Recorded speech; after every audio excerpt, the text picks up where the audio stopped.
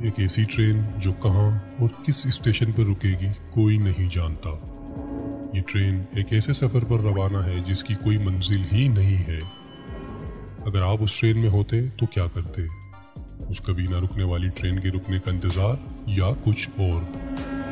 یہ ٹرین اپنی منزل پر پہنچ پاتی ہے یا اس کے سفر کا اختتام کبھی نہیں ہوگا؟ جانتے ہیں اسی پراسرار ٹرین کی کہانی اس ویڈیو میں۔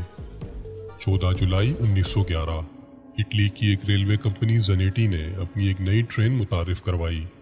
اس دور کی یہ ایک لگژری ٹرین تھی۔ ایک انجن اور 3 پرتعیش کمپارٹمنٹس پر مشتمل اس ٹرین میں مسافروں کے لیے کھانے اور مشروبات کا انتظام بھی موجود تھا۔ ان سہولیات کا مقصد مسافروں کو ٹرین کے سفر کے لیے راغب کرنا تھا اور ٹرین کے سفر کو لطف اندوز بنانا تھا۔ 106 مسافروں کے ساتھ جس میں 6 کریو ممبر بھی شامل تھے، یہ ٹرین اپنے سفر پر روانہ ہوتی ہے۔ ایک ایک کر کے اسٹیشنوں کو پیچھے چھوڑتی یہ ٹرین اپنی منزل کی طرف روانہ ہے۔ اس سفر کے دوران اس ٹرین کو ایک نصف کلومیٹر لمبی سرنگ سے گزرنا تھا۔ یہ ٹرین سرنگ کے اندر داخل ہوتی ہے۔ ریلوے ٹریک کے اطراف کچھ لوگوں نے بھی اس ٹرین کو اس سرنگ کے اندر داخل ہوتے دیکھا، لیکن یہ ٹرین اس سرنگ میں داخل تو ہوئی لیکن کبھی باہر نہیں آئی۔ اسٹیشن پر موجود لوگ اس ٹرین کا طویل وقت انتظار کرتے رہے، لیکن یہ ٹرین سرنگ سے باہر نہیں نکلی۔ انتظار کے بعد جب یہ خبر زنیٹی کمپنی کی انتظامیہ تک پہنچی تو وہ بہت حیران ہوئے۔ تب انہیں لگا کہ ٹرین سرنگ کے اندر انجن کی ٹیکنیکل خرابی کی وجہ سے رک گئی ہوگی اور باہر نہیں آ سکی۔ تب اٹلی پولیس اور ریلوے انتظامیہ کے لوگوں نے اس سرنگ کے اندر جانے کا فیصلہ کیا۔ سرنگ میں داخل ہونے کے بعد وہ لوگ سرنگ کے اگلے حصے تک بھی پہنچ گئے، لیکن وہاں ٹرین کا اور اس میں موجود مسافروں کا کوئی نام و نشان نہیں تھا۔ ٹرین انتظامیہ حیران تھی کہ ان کی ٹرین آخر سرنگ میں داخل ہونے کے بعد کہاں غائب ہو گئی ہے۔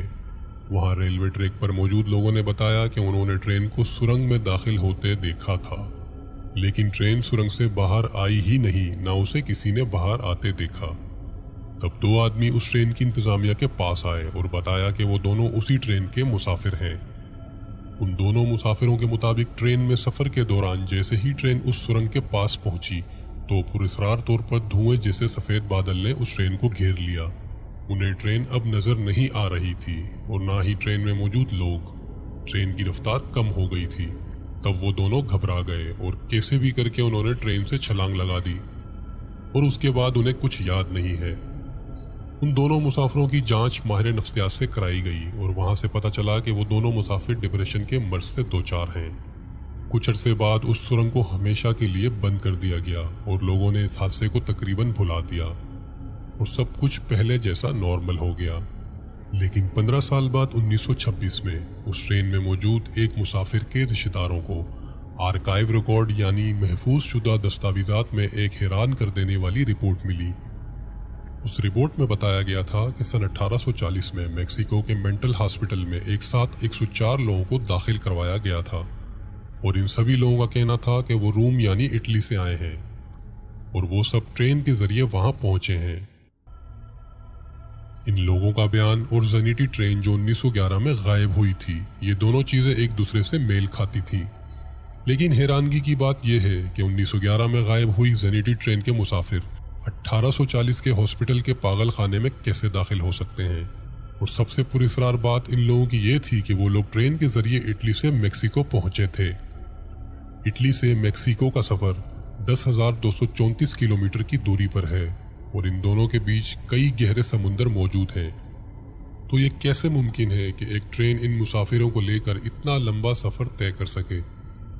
ان تمام مسافروں کی تفتیش کے دوران ان مسافر بحری جہازوں کی لسٹ نکالی گئی جو اٹلی سے روم مسافروں کو لے کر پہنچی تھی، مگر اس لسٹ میں ان میں سے کسی کا بھی ذکر موجود نہیں تھا۔ آخر اس پاگل خانے میں ایک ہی ملک اور ایک ہی زبان بولنے والے لوگ آئے کہاں سے؟ ان مسافروں میں سے ایک کے پاس سگریٹ باکس بھی ملا جس پر کمپنی کے ساتھ 1907 درج تھا۔ آخر یہ ٹرین اس سرنگ سے کہاں غائب ہو گئی، یہ بھی ایک مسٹری ہے۔ اس ٹرین کو بہت دفعہ رشیا، رومانیہ، اٹلی اور کئی دوسری جگہوں پر بھی دیکھا گیا تھا۔ کچھ ریسرچرز کے مطابق یہ ٹرین کسی غیر متوازی کائنات میں داخل ہو گئی تھی، لیکن یہ بھی کبھی ثابت نہیں ہو سکا۔